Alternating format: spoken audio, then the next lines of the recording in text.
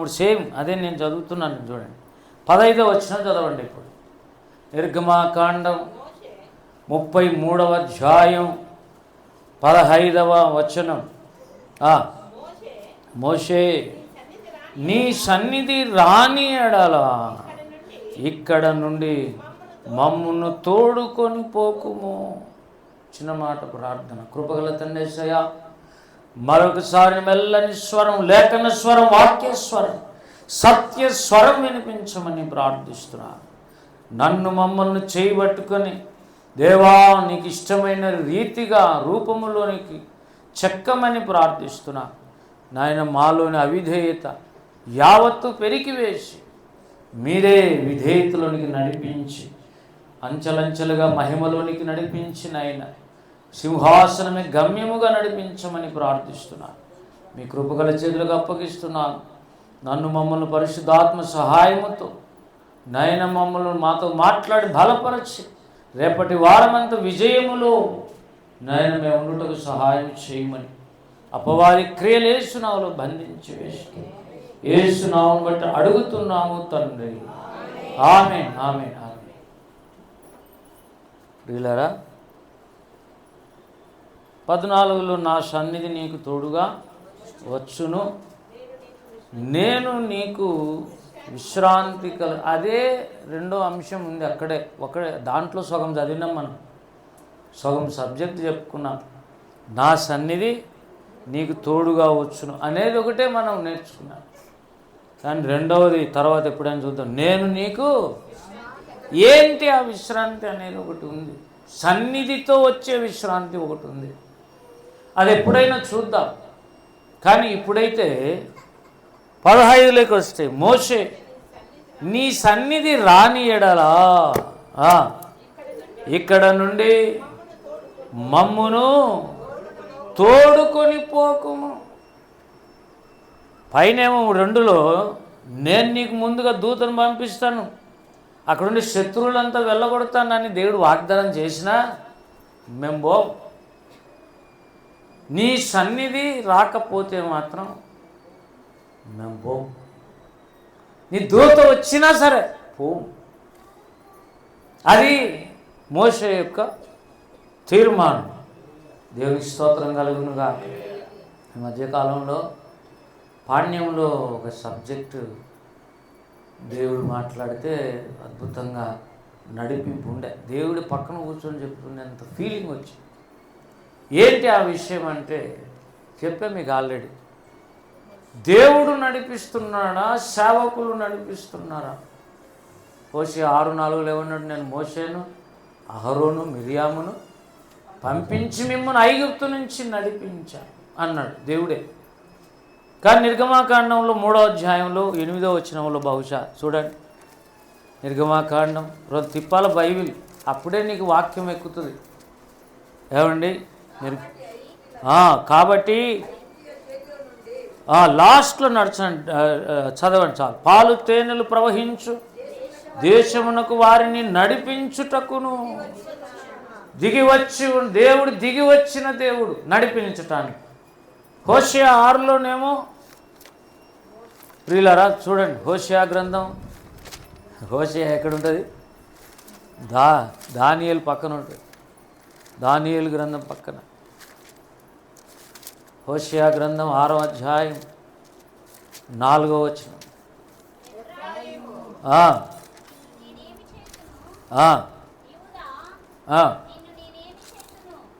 అక్కడ అది కాదు నాయన, సారీ మీకా నేను పక్కన అక్కడ మీకా గ్రంథము 6వ అధ్యాయం 4వ వచనం చదువు. చూసారా ఎంత తేడా? ఐగుప్తు దేశములో నుండి నేను మిమ్మును రప్పించి తిని, దాసగృహములో నుండి మిమ్మును విమోచించి తిని, మిమ్మును నడిపించుటకై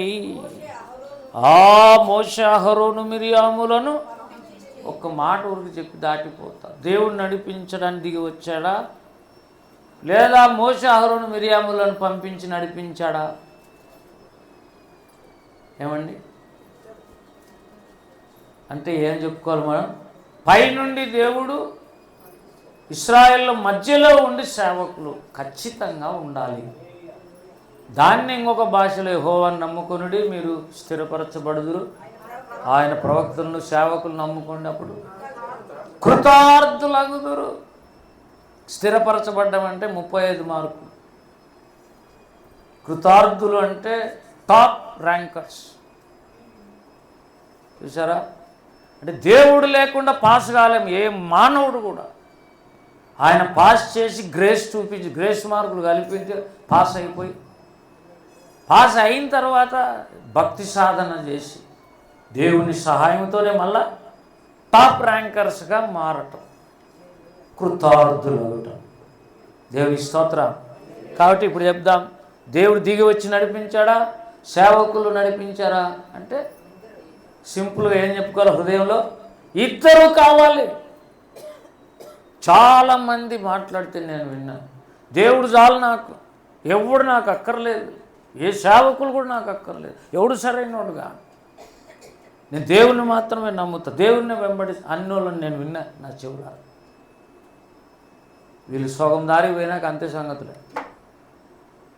కాబట్టి బైబిల్ ఏం చెప్తుంది? సత్యం దేవుడు నడిపించాలి పైనుంచి, కింద సేవకులు మీతో పాటి ఉండి వాళ్ళు ముందు నడచాలి. హల్లెలూయా. అందుకే ఏమన్నాడు హెబ్రీ 13లో, మీ పైన నాయకులైన వారిని. కదండి, రండి చూద్దాం. పేజీ కొద్ది తిప్పండి, బైబిల్ తిప్పుతున్నారు బాగా, చాలా సంతోషంగా ఉంది నాకు. చదువు బిడ్డ. హెబ్రీ 13:17.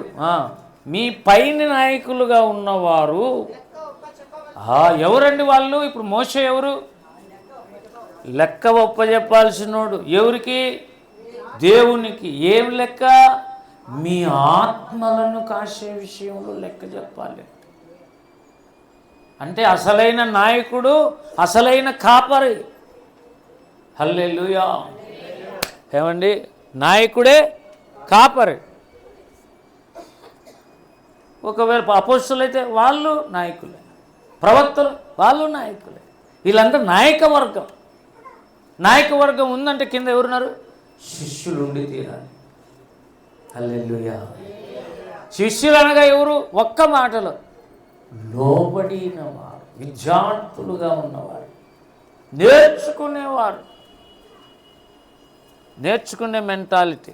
నాకు చెప్పొద్దా నాకండి, మనకేం తెలియదు. రంజిత్ అన్న ఖత్తర్లో వాక్యం చెప్తా, కొంతమంది సేవకుల గురించి మాట్లాడుతుంటే వాళ్ళ కాలిగోటి సరిపో అంటున్నాడు ఆయన. అసలు ఆయనకుండే అనుభవాలు ఎవరికి లేవు. కానీ తగ్గించుకునే విషయం, నేర్చుకునే విషయం, ఒక శిష్యునికి ఎలాంటి మెంటాలిటీ ఉండాలి అనేది మనం తెలుసుకోవాలి. దేవుని స్తోత్రం కలుగును గాక. ఇప్పుడు మోషే ఏమంటున్నాడండి 33:15లో, నీ సన్నిధి రాని ఎడల ఇక్కడ నుండి మమ్మల్ని, మాకేం కావాలి? మేము రావాలంటే ఏముండాలి? నీ సన్నిధి రావాలి. నీకైతే ఇస్తాను, ఇచ్చి విశ్రాంతిని ఇస్తాను, వీళ్ళకి ఇయ్యను అని వాళ్ళకు కూడా కావాలి. మేము రాము, అసలు నేను కూడా రాను. వాళ్ళు రాకపోతే నేను రాను, నేను రాకపోతే వాళ్ళు రారు. ఇంతకు ఏంటి విషయం అంటే, దేవుడు నడిపిస్తున్నాడు, సేవకులు నడిపిస్తున్నాడు. కానీ దేవుడు నడిపిస్తున్నాడు అనేదంటే మళ్ళా 1 2 3 ఉన్నాయి. దేవుడు నడిపిస్తున్నాడా, యేసయ్య నడిపిస్తున్నాడా, పరిశుద్ధాత్మ దేవుడు నడిపిస్తున్నాడా అనే విషయానికి వస్తే, మేఘము అన్నాడు గనుక పరిశుద్ధాత్మ దేవుడే నడిపిస్తున్నాడని అర్థమవుతుంది. హల్లెలూయా. బాగా పాడతాం మనం పాట. పగలు మేఘస్తంభమై, రాత్రి అగ్ని స్తంభమై. పగలు మేఘస్తంభమై, రాత్రి అగ్ని స్తంభమై, మా పితరులను ఆవరించి ఆదరించిన మహనీయుడవు, పూజనీయుడా, నీతి సూర్యుడా,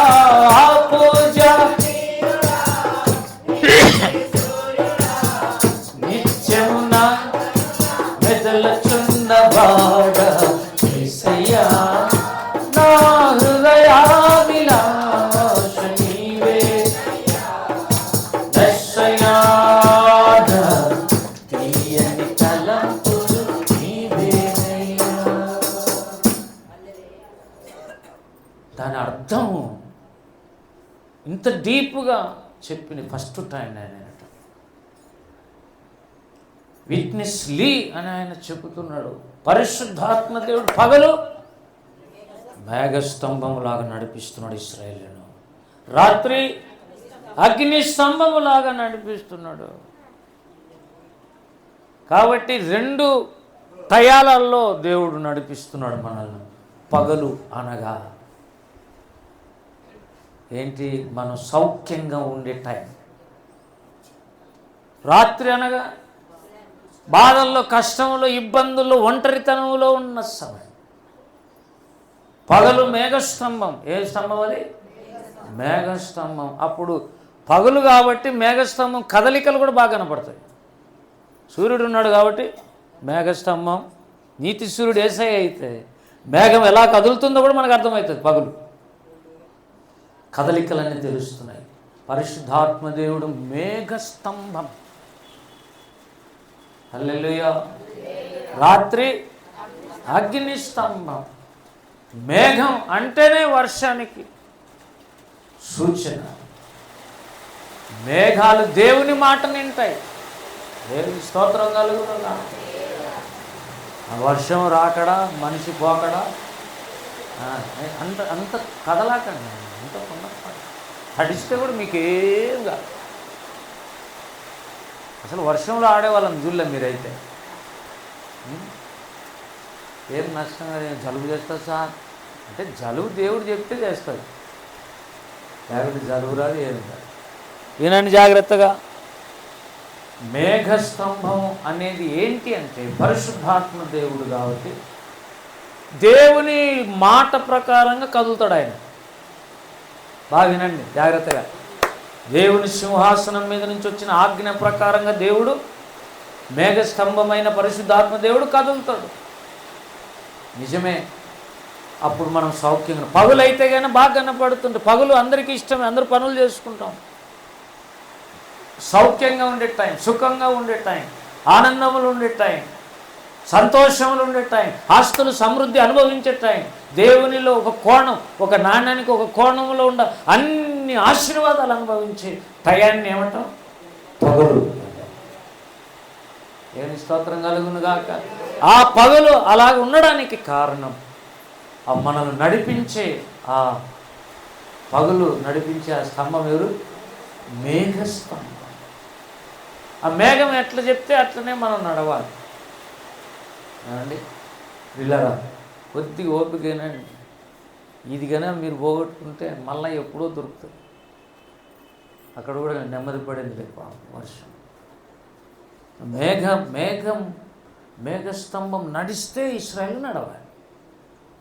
అది కదలకుండా ఉంటే వీళ్ళు కూడా అక్కడ స్థిరపడిపోవాలి.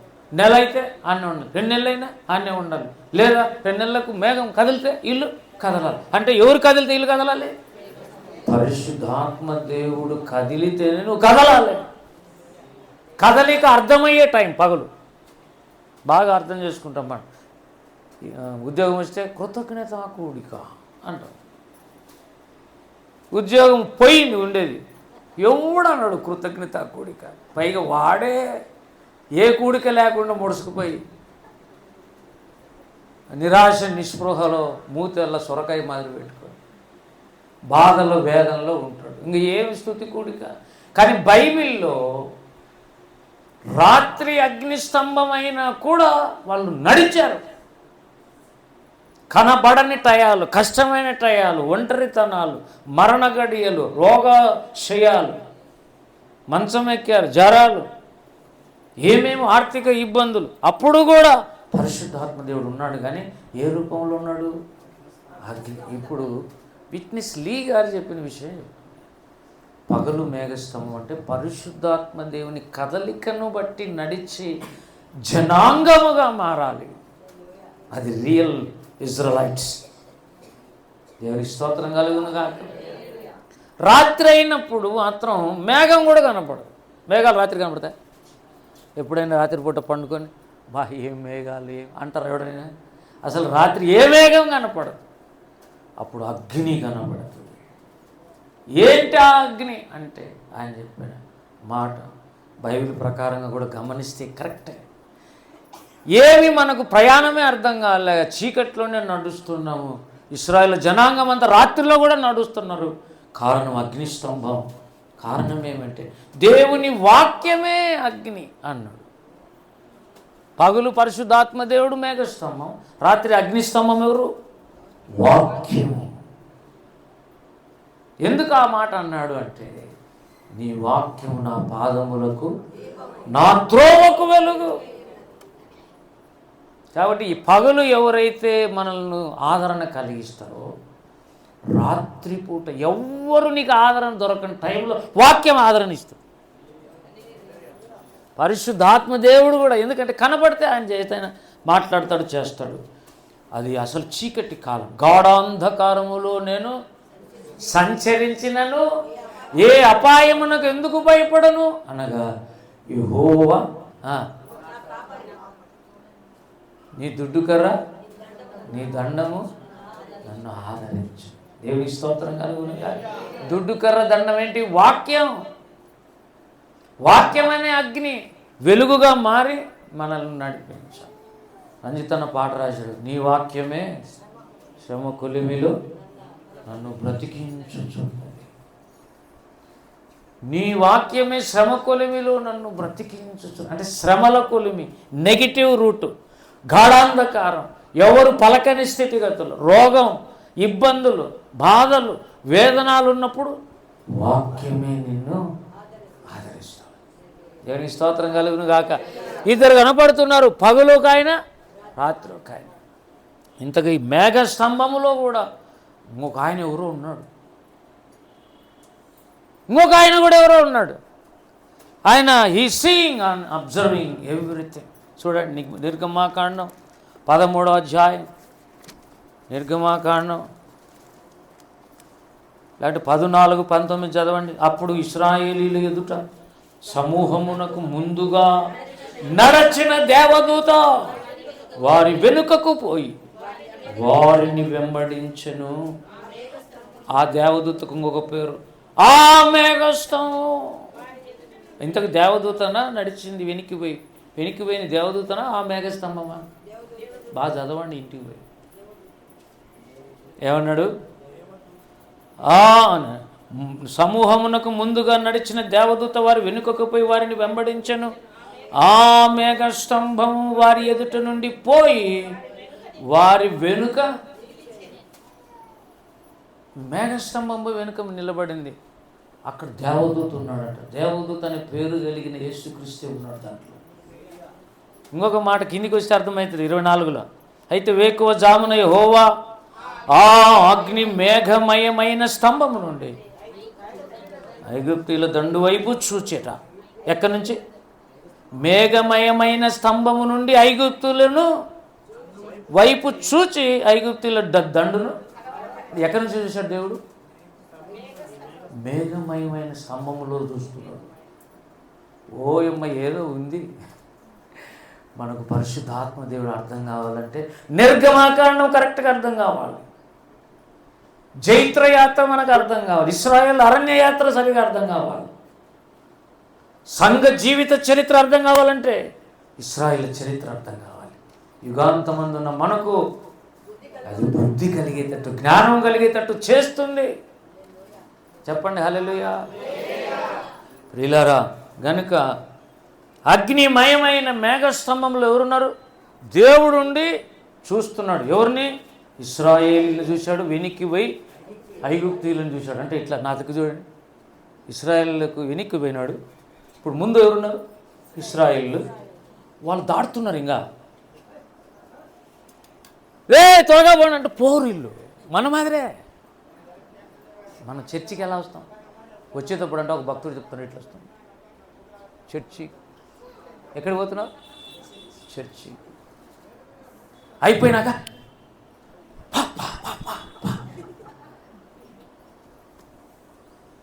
వచ్చేటప్పుడు వేరు, పోయేటప్పుడు.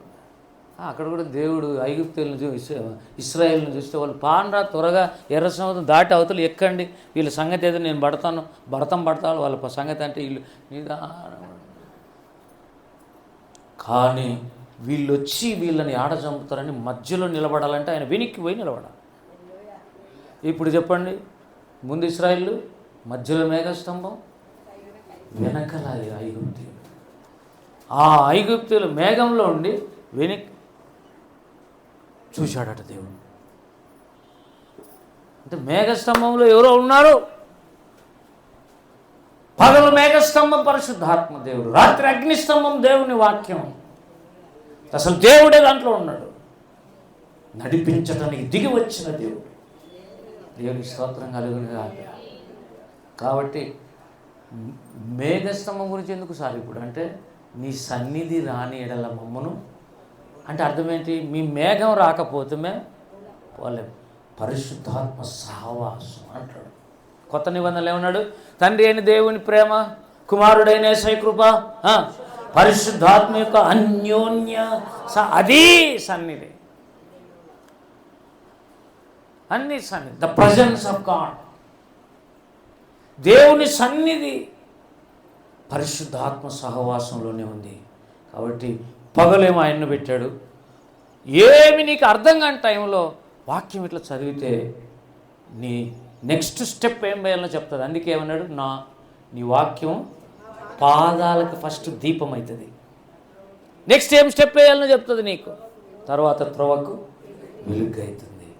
అప్పుడు సన్నిధి, పరిశుద్ధాత్మ దేవుని సన్నిధి ఉంటేనే మనం నడవగలుగుతాం. ఇప్పుడు చెప్పండి, ఈ మేఘం వస్తానే ఉన్నాడు కానీ మధ్యలో అరణ్యంలో సస్తానే ఉన్నాడు. పరిశుద్ధాత్మ మేఘము, పగులు మేఘస్తంభం, రాత్రి అగ్నిస్తంభం వస్తానే ఉంది, వాక్యం వస్తానే ఉంది. రెండు ఉన్నాయి కానీ చాలామంది చనిపోయారు. కారణం ప్రజెన్స్ వీళ్ళకి అర్థం కాలే. సహాయమేమో దొరుకుతాం. రెఫదీములు అమాలేకీయులు వస్తే ప్రార్థన చేశారు, ప్రార్థన ద్వారా శత్రువులు జయించాలని చెప్పిన పాఠం మనం ఎన్ని సంవత్సరాలు పోయినా నేర్చుకోలేము. వింటాం ఊరికి అంతే. సహాయం వస్తూ ఉంది కానీ సన్నిధి దొరకకుండా ఉంది. సన్నిధిని బాగా ఎంజాయ్ చేసిన వాడు ఎవడంటే మోషే ఒక్కడే. దేవుని స్తోత్రం కలుగును గాక. నీ సన్నిధి, నీ రెక్కల చాటున దేవుని సన్నిధిని ఆనందించిన వాడు ఆ మనిషి. కాబట్టి ఈ రెండు మతికి పెట్టుకుందాం. పగులు అంటే నువ్వు బాగున్నప్పుడు పరిశుద్ధాత్మ దేవుని నడిపిస్తాడు.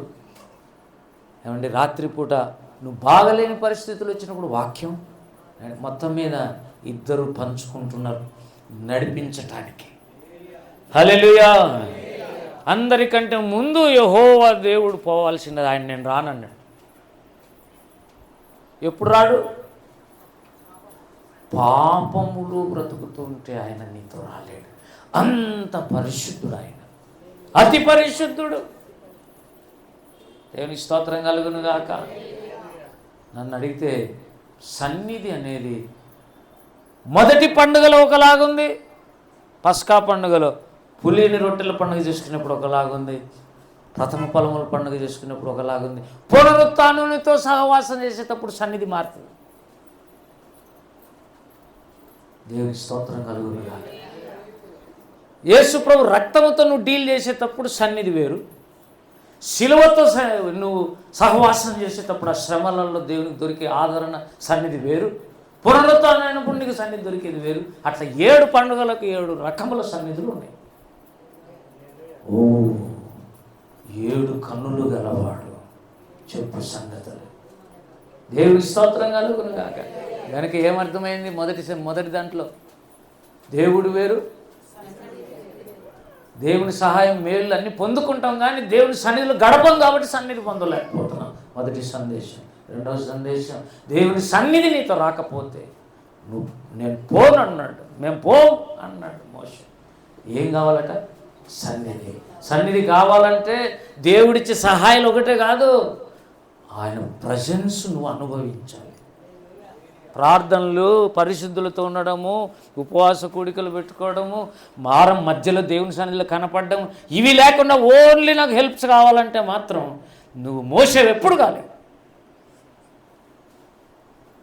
చాలామందికి ఏమి ఇష్టం? ఇశ్రాయేలుగా మన్నా కావాలి, నీళ్లు కావాలి, అన్నీ కావాలి, కానీ సన్నిధి మాకొద్దు.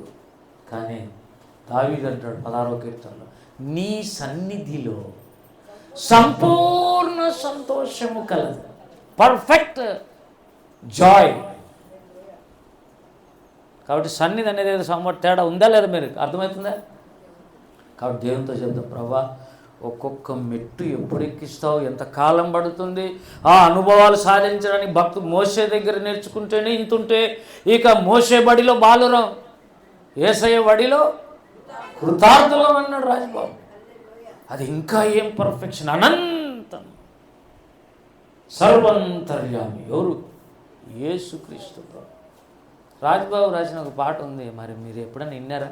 నా దగ్గర చూడండి, అది పాపం డీలో టైం చూసుకో సార్, నువ్వు టైం చూసుకో. మాకు లోపల ఆకలి అవుతా ఉంది, వాక్యం మళ్ళీ చెబుతులే, ఏం వాక్యం మళ్ళీ ఏమైంది అట్లటోళ్ళకి ఎప్పుడు దేవుని వాక్యం దొరకదు. ఉపవాసం కడుపు పెట్టి వాక్యం చదివిన వాళ్ళు భక్తులు అవుతారు. హల్లెలూయా. కొంత ఆకలికే చచ్చిపోయి కొంత డల్ అయిపోయి 10 నుంచి వాగి ఏమండి ఆయన ఏం చేస్తున్నాడు? వాగి పెడతాడు పాస్టర్ అనుకుంటున్నారు. మీరు అనుకోండి అట్లండి. ఇటువంటి విషయాలు దేవుడు మనకు చెప్తున్నాడు. వందనాలు చెప్పాలన్నా సనుగుతావా? ఏమండి ఏం చెప్తావు నువ్వు? హల్లెలూయా. ఎందుకంటే నాకు అనిపిస్తుంది, నాకేం జ్ఞానమే లేదు. నేను దేవుని ఇప్పుడు కూడా అడుగుతుంటాను, నేను గుడ్డోడిని, ఏమి నాకు తెలియదు, నా కళ్ళు ఎప్పుడు తెలుసో ప్రభా అని రోజు అడుగుతున్నా. నేను బాగా చూస్తున్నాను అన్నావనుకో, నువ్వు పరిచయం అని లెక్క. పరిచయుడు ఏమనుకుంటాడు? నాకు అన్నీ తెలుసు అనుకుంటాడు. కానీ ఏమీ తెలియదు మనకు, నిజంగానే తెలియదు. ఉత్త మాట కాదు, బూస్టింగ్ కోసం తగ్గించుకోవడం కోసం చెప్పే మాట కాదు. బైబిల్ మనకు అనంతమైంది. రాజబాబు ఏం పాట రాశాడు? సర్వంతర్యామి దేవుడు సకలమును సగిన నాథుడు, కలిగించే ఆకాశమును భూమిని, సర్వంతర్యామి దేవుడు. ఈ పాట 40 సంవత్సరాల కిందట పాడినాను. ఆకాశమాయన సింహాసనముగా, భూమి ఆతని పాదపీఠముగా. ఆకాశమాయన సింహాసనముగా, భూమి ఆతని పాదపీఠముగా. తారలాయన మహిమ చాటగా, తారలాయన మహిమ చాటగా. సూర్యచంద్రులు ఆ ప్రభునే కొనియాడగా. సర్వంతర్యామి దేవుడు. మోసే బడిలోనే ఇంత రోంత నేర్చుకున్నాం, ఇదే మనకు రాదు. సర్వంతర్యామి అయిన దేవుని కుమారుడు, ఆయన దగ్గర ఎంత చదువు నేర్చుకోవాలి. మోసే బడిలో యేసయ్య దగ్గరికి వచ్చి కుమారులు కావాలి. మరి నేను మొన్ననే చెప్పిన, కుమారులు కావాలంటే కొంత చర్చి మీద మైండ్ పెట్టుకుని అంటే ఈ మైండ్లే ఏమిలే, అసలు బుధవారం రారు.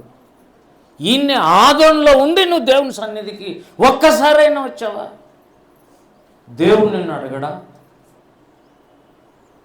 దేవునితో మాట్లాడే కాలం ఒకటి వస్తుంది, అప్పుడు నీకు అన్ని అర్థమవుతుంది. దేవునికి తెలిసి ఎలా మాట్లాడితే వీళ్ళకి అర్థమవుతుంది. బేస్తవారం సంగతి ఏంటి, శనివారం సంగతి ఏంటి, మోసే బడిలో మోసే బడే మనకు అర్థం కాలే. సండే గుడి ఏం అర్థమవుతుంది? నేను చెప్తున్నాను, దేవునికి ఇష్టమైన బిడ్డలు అన్ని కార్యక్రమాలకు హాజరై తీరుతారు. నీకెక్కడో దేవుడు ఇంకా సెట్ కాలే తెలియదు. మొన్న ఒక ఆయన పేరు ఎడ్వర్డ్ విలియమ్స్ అని ఒక ఆయన ఉన్నాడు. ఆయనకి ఎవరో ప్రశ్న వేసినాడు. ఆ ప్రశ్నకు ఆయన జవాబు ఏం చెప్పి డైరెక్ట్ తెలిసిన, బాబు నువ్వు కూర్చో, నీకు మారు మనసు లేదు, ముందు పొందుకోవాలి. ఇంత డైరెక్ట్ ఆన్సరా? ఆ పిల్లడు వేసిన ప్రశ్నకు, యవనస్తుడు వేసిన ప్రశ్నకు ఆన్సర్ ఏంటి తెలుసా? నీకు ముందు మారు మనసు లేదు, పో, అది పొందుకో. చాలామందికి యేసు తెలీదు. You don't have any relationship with God, any peace with God. ఏదో నమ్మి మునిగి వచ్చినాం, లేచి వచ్చినాం, మనం కూడా యాత్రికులం అని పాటలేమో ఆనంద యాత్ర అని పాడుకుంటాం. పాట ఎట్లా? ఆనంద యాత్ర, ఇది ఆనందమ్మ యాత్ర కాదు, ఆనంద యాత్ర. కొంతమందికి ఆపోయింది. కొట్టి నందయ్య, నందయ్య ఏం సార్ ఎందుకు పెట్టుకో? ఆనందంలో ఆపోతే ఏముంది సార్ నందం అంటే ఎవరి కొరకు తిన్నారో తెలియదు సార్. సైతాన్ ఏమన్నా కొరుక్కున్నాడే వా అని, కాబట్టి ఆపోయింది. కొట్టి నందం మిగిలింది మందంగా. ఏం మిగిలింది? ఎప్పుడు నాకు మీరు వచ్చిన నుంచి నవ్వుతే చూస్తున్నారని ఆశ, వచ్చినప్పుడు బీసుకుంటారు. ఇప్పుడు కొద్దిగా మెల్లగా ట్యూన్ అయినారు అనుకో. హల్లెలూయా, ఎటుకి హల్లెలూయా చెప్పు. ఏముంది? కాబట్టి దేవుణ్ణి అనుభవించవచ్చు. అప్పుడప్పుడు ప్రార్థన చేస్తే ఏదో మాట్లాడుతున్నాడు, సహాయం చేస్తున్నాడు, కానీ సన్నిధి నిత్యము వెతకాల్సినది. కాబట్టి ఆ సన్నిధే రాకపోతే మేము నిత్యము ప్రయాణం ఆగిపోతుంది అని ఎప్పుడైతే మోషే అన్నాడో, వీళ్ళారా, మోషే లాంటి వ్యక్తికి అయితే దేవుడు పక్కకు పోలే, ముఖాముఖే. ఎప్పుడు మోషే లాంటి వాళ్ళతో దేవుడు ఎలా ఉన్నాడు? ముఖాముఖి. దేవుని స్తోత్రం. ఆనందంగా ఉన్నాడు. పెళ్ళైన వాళ్ళు మరి భార్య భర్తలు ఎప్పుడు ఎదురికి కూర్చొని నవ్వుకుని, పెళ్ళైన వాళ్ళు ఏం చేయాలంటే ముందు ఎదిరికి కూర్చొని నవ్వు. 24 గంటలు ఇంట్లో కొట్లాట, అవి లేవు ఇవి లేవు, సనిగి గొనిగి. ఏమి లేకపోతే ఏముంది? అంత అన్నం సర్దిపోదిని చల్ల ఉండొచ్చు, ఏముంది? దానికి పెద్ద మిద్దె ఎక్కర్లా. సంతోషం యేసుతో వస్తుంది. ఏమన్నా సంతోషమే సగం బలం. కాబట్టి ఈ అన్నం సాంబార్ సగం పెట్టాలి.